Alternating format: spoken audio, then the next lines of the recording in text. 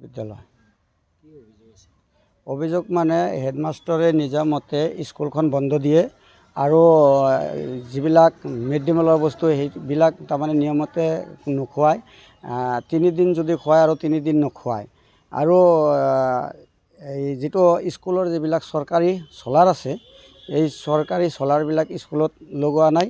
আৰু মই শুনা পাইছোঁ যে সভাপতি আৰু হেডমাষ্টাৰে মিলি এইটো বিক্ৰী কৰি দিছে। সভাপতিৰ নাম হ'ল সাদ্দাম হোসেন আৰু হেডমাষ্টাৰৰ নাম হ'ল ফাইজুৰ ৰহমান। কাপোৰো আধা দিছে, আধা দিয়া নাই।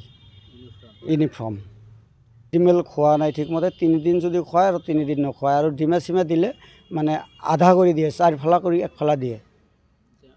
এতিয়া আমি BO ছাৰৰ ওচৰত কমপ্লেইন কৰিছোঁ। এতিয়া BO ছাৰে কমপ্লেইন কৰিছোঁ। BO ছাৰে ক'লে ঠিক আছে, আমি ৰিচিভ কৰিবলৈ ক'লোঁ। ছাৰে ক'লে যে ঠিক আছে, ৰিচিভ কৰিব নালাগে, আমাৰ ওপৰত অলপ বিশ্বাস ৰাখা, আমি এইটো ৰিয়েকশ্যন ল'ম। কিন্তু ৰিচিভ কিয় নকৰিলে সেইটো আমি নাযায়। আজিৰ তাৰিখো 11টা বজাত সি হেৰিত আছে, আমাৰ এই ঘাটত আছে। আমি ভিডিঅ' ফুটেজ আছে, আপোনালোকে ল'ব পাৰিব, আপোনাক দি দিম আমি।